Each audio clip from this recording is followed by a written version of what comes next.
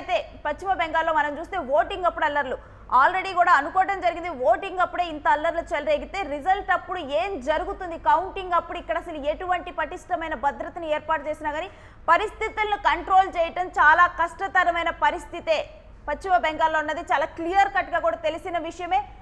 ఇంకా ఎంత అంటే అక్కడ అల్లర్లు చెలరేగకుండా ఎటువంటి నిర్ణయాలు తీసుకున్నప్పటికీ కూడా, ఎన్ని బృందాలను మోహరించినప్పటికీ కూడా, ఎన్డీఆర్ఎఫ్ ఎస్డీఆర్ఎఫ్ ఏ బృందాలు అక్కడికి వచ్చినప్పటికీ కూడా అక్కడైతే అల్లర్లు అయితే చెలరేగుతున్నాయి. బారక్పూర్లోని సురేంద్రనాథ్ కాలేజ్ వద్ద అల్లర్లు చెలరేగాయి. టీఎంసీ కార్యకర్తలపై బీజేపీ ఏజెంట్లు దాడులు చేశారు. ఓట్ల లెక్కింపు కేంద్రంగా 2 పార్టీల ఏజెంట్లు కార్యకర్తలు నినాదాలు చేశారు. ఇక ఘర్షణలు తీవ్రతరం అవడంతో లాఠీ చార్జ్ చేయక తప్పని పరిస్థితి. పశ్చిమ బెంగాల్లో అల్లర్లు మొదలయ్యాయి. ఒకసారి దానికి సంబంధించిన విజువల్స్ మనం చూస్తున్నాం. పోలీసులు పట్టుకున్నా కానీ అక్కడ నుంచి నెట్టుకొని తాను వెళ్తున్నటువంటి దృశ్యాలను మనం చూస్తూ ఉన్నాం. ఇక పోలీసులు చేసేది ఏం లేక కూడా వాళ్ళందరినీ ఒక బృందాలుగా ఏర్పడి వాళ్ళందరినీ కూడా పక్కకి నెట్టి పంపిస్తున్నటువంటి దృశ్యాలను మనం చూస్తున్నాం. టీఎంసీ కార్యకర్తల మీద బీజేపీ ఏజెంట్లు దాడి చేసినట్లుగా తెలుస్తోంది.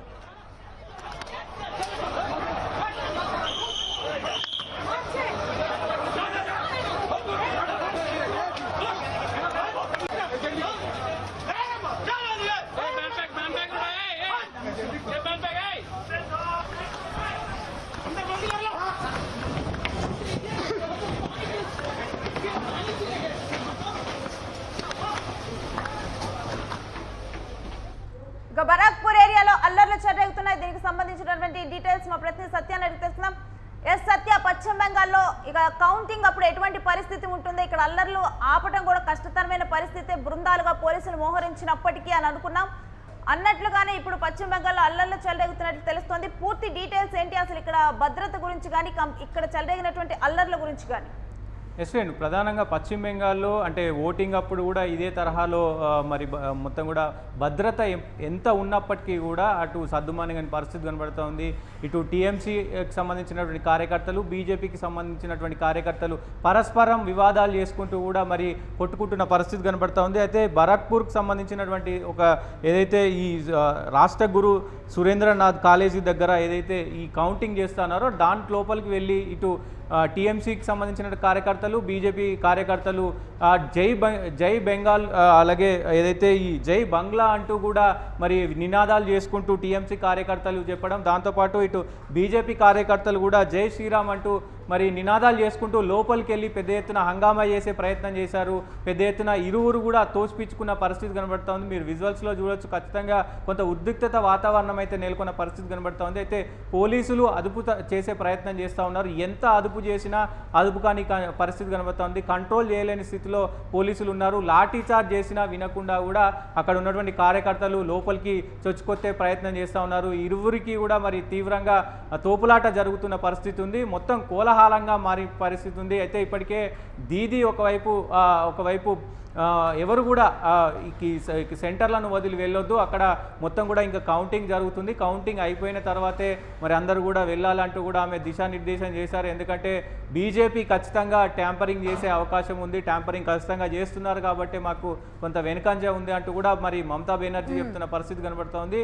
ఈ మొత్తం పశ్చిమ బెంగాల్కి సంబంధించి అన్ని ఏరియాలో కూడా అల్లర్లు ఉన్నాయి. అల్లర్లతో పాటు ఇట్లాంటి సిచ్యువేషన్స్ కూడా ఒకసారి ఇక్కడ సమస్యాత్మక ప్రాంతాలను కనుక మనం డిస్కస్ చేసుకుంటే ఇప్పుడు ఆ ప్రాంతాల్లో ఏ విధమైన పరిస్థితులు ఉన్నాయి, ఒకసారి ఆ ప్రాంతాల గురించిన డీటెయిల్స్ ఏంటి? ఇప్పుడు ప్రస్తుతం ఏదైతే ఈ కౌంటింగ్ కేంద్రాల వద్ద ఆల్రెడీ 144 సెక్షన్ అది విధించారు. 100 మీటర్స్ లోపు ఎవరు కూడా వేరే వాళ్ళు క్యూఆర్ కోడ్ పాస్ లేకుండా ఎవరు కూడా లోపలికి రావద్దు అని చెప్పినప్పటికీ కూడా కొంత కోలాహలం ఏదైతే బీజేపీ ఊహించని స్థాయిలో మరి పెద్ద ఎత్తున విజయం సాధిస్తుంది కాబట్టి సో అక్కడ బీజేపీకి సంబంధించిన వాళ్ళందరూ కూడా ఆ కౌంటింగ్ దగ్గరికి చొచ్చుకొచ్చే ప్రయత్నం చేశారు. టీఎంసీకి సంబంధించినటువంటి కార్యకర్తలు సో అట్లా ఎట్లా వెళ్తారు, కావాలని మరి ఇది చేస్తున్నారు అంటూ కూడా మరి ఎన్నికల అధికారులు ఇటు బీజేపీ కుమ్మక్క అయిందంటూ కూడా వాళ్ళు మరి మాట్లాడుతూ పెద్ద ఎత్తున ఘర్షణకు దిగిన పరిస్థితి ఉంది. సో మొత్తం అన్ని సెంటర్లలో కూడా ఇదే పరిస్థితి ఉంది. బెంగాల్లో కొంత మరి ఉద్రిక్తతల వాతావరణం ఉంది. బెంగాల్లో ఇప్పటికే మమతా మరి నిరుత్సాహంతో కూడా కార్యకర్తలు ఎవరు కూడా వెళ్ళిపోవద్దంటూ చెప్పడం, దాంతోపాటు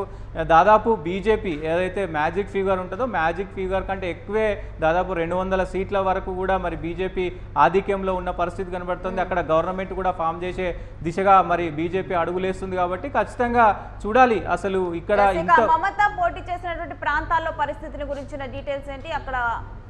ఎస్, భవానీపూర్లో కూడా సేమ్ ఆ సిచ్యువేషన్ అలాగే ఉంది. భవానీపూర్లో ఆమె మమతా బెనర్జీ మరి పోటీ చేసినటువంటి ప్లేస్లో కూడా ఈ సిచ్యువేషన్ ఇదే విధంగా ఉంది. అక్కడ కూడా కార్యకర్తలు, అటు బీజేపీ కార్యకర్తలు, ఇటు టీఎంసీ కార్యకర్తలు మొత్తం కూడా వివాదాలు చేసుకుంటూ మాట్లాడుకుంటూ ఖచ్చితంగా ఒకటే కారణం చెప్తున్నారు, బీజేపీ ఖచ్చితంగా ట్యాంపరింగ్ చేసి గెలుస్తుంది, ఖచ్చితంగా ట్యాంపరింగ్ చేశారు, అధికారులతో కుమ్మక్కై ట్యాంపరింగ్ వ్యవహారం చేస్తూ ఉన్నారు అంటూ కూడా మొన్న నైట్ కూడా దీది అక్కడే ఏదైతే ఆ భవానీపూర్కి సంబంధించినటువంటి కౌంటింగ్ సెంటర్ ఉందో అక్కడ దాదాపు నైట్ 4 గంటల పాటు అక్కడే కూర్చొని ధర్నా చేశారు. ఇవన్నీ కూడా సిచ్యువేషన్స్ అనేవి. ఇప్పుడు అదే పరిస్థితి కూడా ఉంది. కొంత ఇక్కడ లీడింగ్ విషయానికి వస్తే సత్య, లీడింగ్ ప్రస్తుతం 180 నుంచి 200 సీట్ల వరకు కూడా లీడింగ్లో మరి బీజేపీ ఉంది. ఇప్పటికే మ్యాజిక్ ఫిగర్ కూడా దాటిన పరిస్థితి ఉంది. భవానీపూర్, నందిగ్రామ్ ఈ ప్రాంతాల్లో లీడింగ్ అంశం మనం చూస్తే ఆ లీడింగ్లో అంటే మమత దాదాపు 17,000 ఓట్లతో భవానీపూర్లో మరి లీడింగ్లో ఉన్నారు.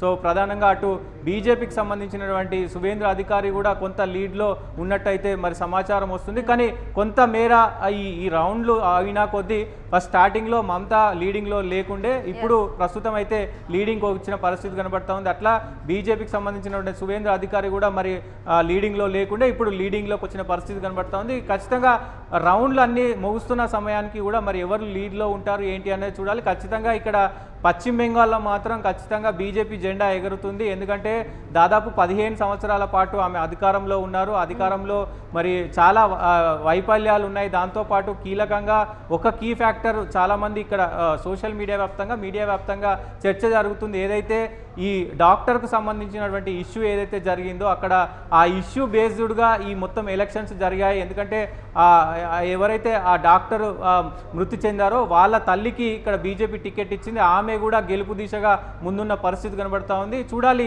మొత్తం మీద మరి ఏ మేర సీట్లు అంటే బీజేపీ ఎన్ని సీట్లు గెలుచుకుంటుంది అనేది కూడా చూడాల్సిన అవసరం ఉంది. ఆల్రెడీ మ్యాజిక్ ఫీవర్ అయితే దాటింది. దీది మరి అక్కడ దీది గెలిచినప్పటికీ కూడా విజయం దక్కే అవకాశాలు అయితే లేవు. రేణు, ఇక పశ్చిమ బెంగాల్లో ఈ కౌంటింగ్ జరిగేటప్పుడు కానీ జరిగిన తరువాత కానీ అల్లర్లు చెలరేగే అవకాశం ఉంది. ఒక సమస్యాత్మక రాష్ట్రంగానే మారిందని చెప్పాలి. ఇక్కడ ఎన్నికలే ఒక యుద్ధ వాతావరణాన్ని తలపిస్తే మరి ఈ సందర్భంగా అక్కడ ఎటువంటి బందోబస్తుని ఏర్పాటు చేశారు, ఎటువంటి బలగాలను అక్కడ మోహరించడం జరిగింది ఏంటి సత్య?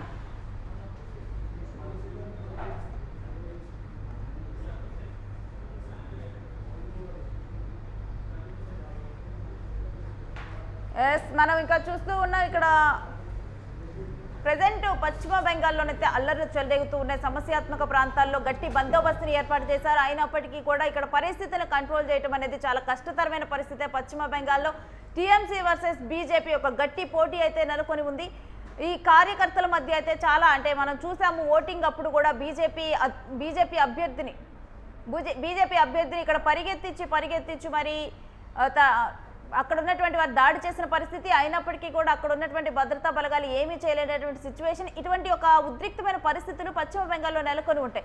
ఇప్పుడు ఆ సమస్యాత్మక ప్రాంతాల్లో అసలు ఎటువంటి బందోబస్తుని ఏర్పాటు చేశారు, తరువాత అల్లర్లు చెలరేగకుండా ఎటువంటి కట్టుదిట్టమైన చర్యలు చేపట్టనున్నారు ఏంటి అన్న డీటెయిల్స్ కూడా మా ప్రతినిధి సత్య అందిస్తాడు. ఎస్ సత్య. ప్రధానంగా ప్రస్తుతం అక్కడ కొంత కట్టుదిట్టమైన భద్రత ఉంది. ఎందుకంటే పశ్చిమ బెంగాల్ అంటేనే కొంత ఉద్రిక్తతలకు దారితీసే రాష్ట్రంగా ఉంటుంది. సో అక్కడ ప్రధానంగా కీలకమైనటువంటి కొన్ని నియోజకవర్గాలు ఉత్తరం బెంగాల్ కావచ్చు, దక్షిణ బెంగాల్ కావచ్చు, అలాగే పోర్ట్ ఏరియా కావచ్చు, ఇవన్నీ కూడా కొంత కీలకమైన ఈ నియోజకవర్గాలు ఉన్నాయి, కీలకమైన జిల్లాలు ఉన్నాయి. కాబట్టి ఖచ్చితంగా ఒక 11 జిల్లాల్లో సో ప్రధానంగా ఈ కౌంటింగ్ సంబంధించి కీలకమైనటువంటి అధికారులను కూడా నియమించారు. అయినప్పటికీ కూడా అల్లర్లు చెలరేగుతానే ఉన్నాయి. ప్రతి దగ్గర కూడా అల్లర్లు చెలరేగుతూ ఉన్నాయి. ప్రశాంతమైనటువంటి ఈ రిజల్ట్ అనేది లేదు. ఖచ్చితంగా బెంగాల్లో కొంత ఉద్రిక్తత వాతావరణం ఉంది. ఇక్కడ బెంగాల్కు సంబంధించిన టీఎంసీకి సంబంధించినటువంటి మొత్తం ఏదైతే కార్యకర్తలు ఖచ్చితంగా మరి ఓడిపోతున్నారు కాబట్టి సో ఆ అసహనాన్ని ఇక్కడ వాళ్ళ ముందు పోలీసుల ముందు కానీ సిఆర్పిఎఫ్ బృందం ముందు కానీ అలాగే బీజేపీ కార్యకర్తల మీద కానీ తీసుకునే ప్రయత్నం చేస్తున్నారు. దాంతో మొత్తం ఒక్కసారిగా కోలాహలం మొదలైన పరిస్థితి కనబడుతూ ఉంది. ప్రధానంగా ఈ మొత్తం 11 జిల్లాలకు సంబంధించి కొంత రెడ్ అలర్ట్ కూడా వాళ్ళు జారీ చేశారు. ఆ 11 జిల్లాల్లో 11 జిల్లాలకు సంబంధించి కూడా మరి హై అలర్ట్ జారీ చేశారు.